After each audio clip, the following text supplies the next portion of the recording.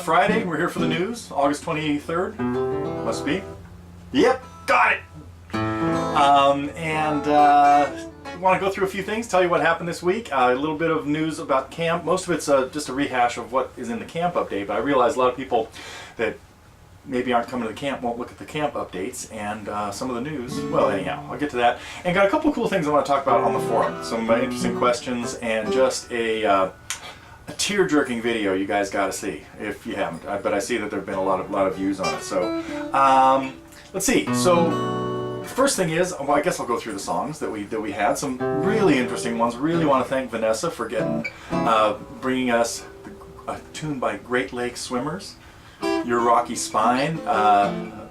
Everything she's been putting up has just been great. The details, the performances, so I'm sure most of you have checked them out, and really want to thank her, and getting very excited about seeing her. She'll be out here in less than a month for the camp. Let's see, what else did we have? A little bit of Money's All Gone. Uh-oh, I don't think I know this.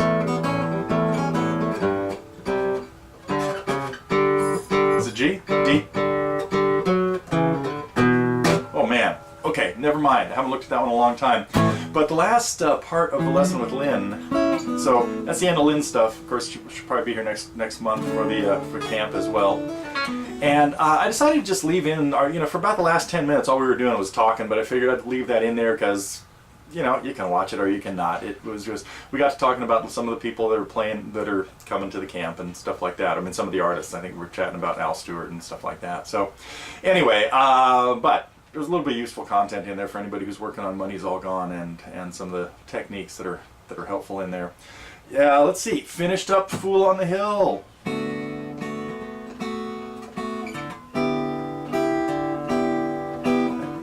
Hopefully I got to this part, which is the way I think it sounds best.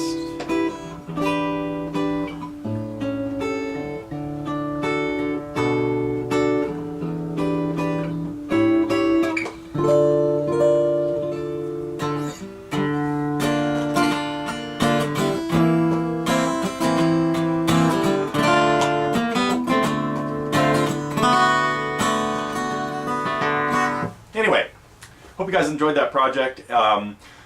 And if you haven't looked at it yet, be sure to do it progressively.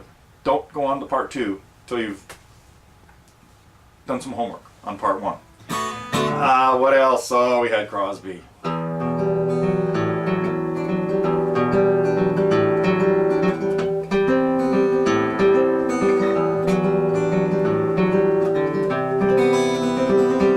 Song I delayed doing too long, but obviously popular pressure made me think it was time to get to the lee shore. And it also is always fun to have a chance to break out this album. I hope you guys saw this in the very stony evening. Now this has some, aside from some cool, great songs in it, like I love the version of Wooden Ships that these guys started doing. It's interesting, they've got a picture from Woodstock on the back here, but that's the way it works with these kinds of albums. They got to grab pictures wherever they can. So it was more than just, but they've got everybody else cropped out, Stills and Young. And but anyway, it had a lot of their great tunes, Southbound Train, Triad, and Guinevere. They even did a Neil Young song on here. Now that seems kind of odd. I bet you can guess what it is. Kind of topical at the time. Okay, enough about Crosby and Nash and the green vinyl. You guys all saw the green vinyl, right? Okay, but that was kind of cool getting to that song. So I think that was it as far as the new releases go. I do want to tell you about, last thing about the camp is we have room for 2 more women. So men's spots are sold out, and unless somebody wants, well, I shouldn't even say that because we really do have room. We've opened up an extra room, the Casa de Luz, giant room that could be a private bedroom for 6 people or so, if anybody decides they want to do that. So if you decide at the last minute you want to go, matter of fact, there's one person out there that I think should really decide at the last minute to go, and it has to do with this. I hope everybody's seen the video that Bart did of Cinderella, a tune that he worked up for his daughter's wedding just about 2 weeks ago. And Bart, first of all, I want to congratulate you on just a great job, even a great video job out there in nature, playing the tune. But it brought tears to my eyes, you know, as the father of two young women that are kind of marrying age or getting close at least. I don't know. But it really very touching, and thanks for sharing that with us. So that everybody, if you haven't seen it, be sure to check out Bart's upload of Cinderella, Stephen Curtis Chapman song. And let's see, I have one more thing I want to talk about on the forum. Is that it?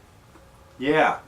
Lynn had a great question about and so every once in a while we have to revisit this. You probably hear, I'm dog sitting this week. My mother is visiting some of our relatives at a wedding in South Bend, and taking her for a little pooch. Jill, hey Jill, come here. You want to get on? Nah, she's not too sociable right now. Anyway, Lynn had asked about the pros and cons of Guitar Pro, and well, cons there really aren't any.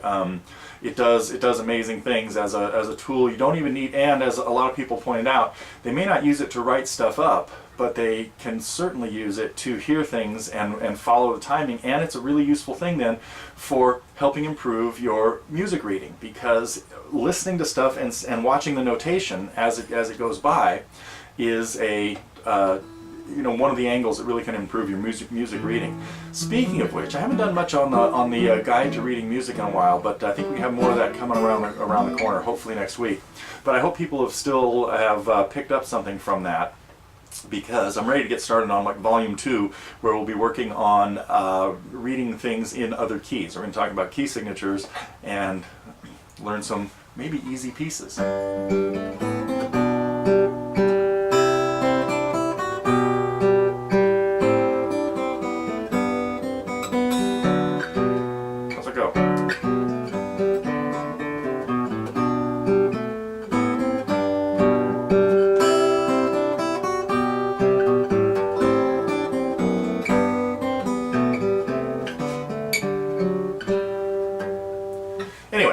I'm going to try to get to that one as part of the next set of that. So, if you've been thinking about getting involved with or tackling the Learn How to Read Music, the Guide to Reading Music, get on it now, because it's higher on my agenda now of things to do. So anyway, back to the Guitar Pro story, and it is, I don't know how much it is right now. It should be $40, $50, $60 maybe at the most, but it is just a really valuable tool. I mean, I use it every day. For almost every lesson I do, I write stuff out in it. Some of the lessons I end up if I'm just doing a chart of a simple to play song. Let me think. What can I do here? I better work that out later.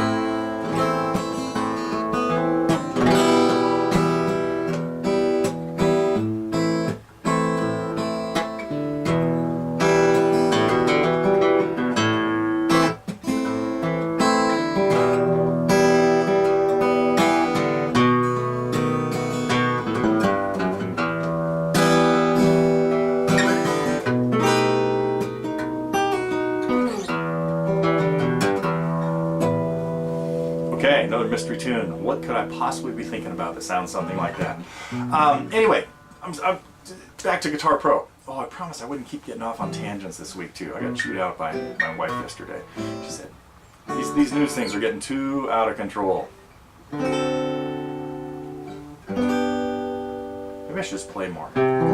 Anyway, yes. Everybody should invest in Guitar Pro who is interested in particularly learning how to read music better, but also just being able to hear things, slow them down, and loop things. It has the two things that I really recommend for people that are great tools are that one, of course, and Song Surgeon. That I think on our recommended products we have a link to that.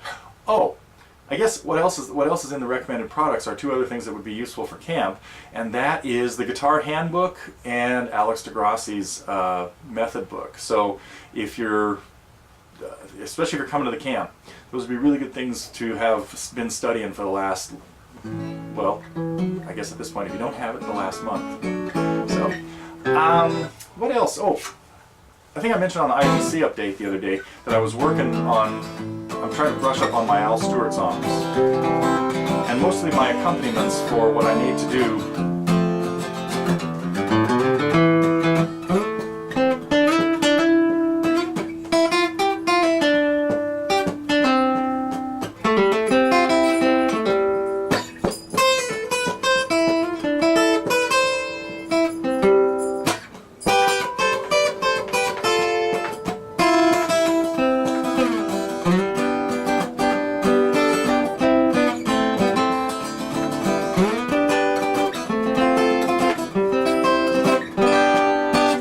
Working on that second guitar idea. See, I'm kind of playing the chords there.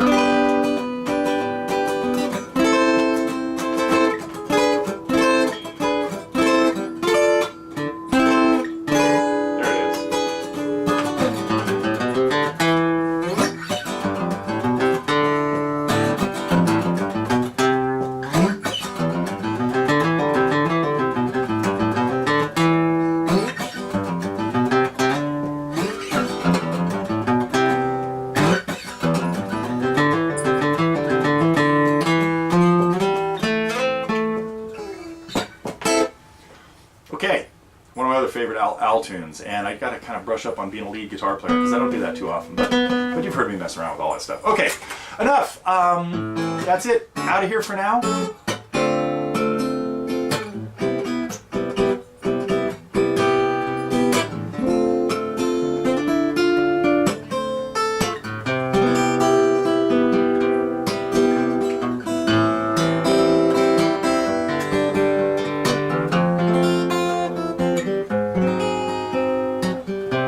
By the way, there was a question that I wanted to get to all about that song, but I think I talked about this in the lesson, that there are a lot of different chords. Oh, I talked about this in the House of the Right, no, in the Hesitation Blues lesson as well.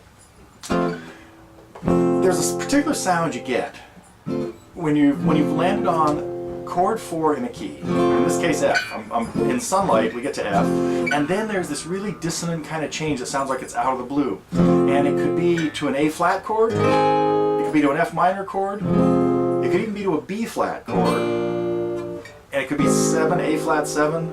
Anyway, it could be D7 with F sharp in the bass, as happens in Alice's Restaurant and Don't Think Twice. So lots of options for that. There's got to be a name for this, but it's mostly the equivalent of going to a minor 4 after you've been on a major 4, which is the normal chord that you have in a key.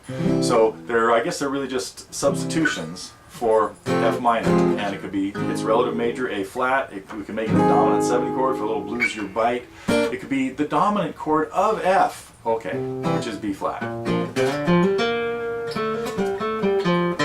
Okay, I gotta get back to practicing. I think I told you in the IGC update. I have a job next week, no, next month, right after the camp. I have to masquerade as a classical guitar player. Flamenco, really. But I think I'm going to pass off some Bach on them as well.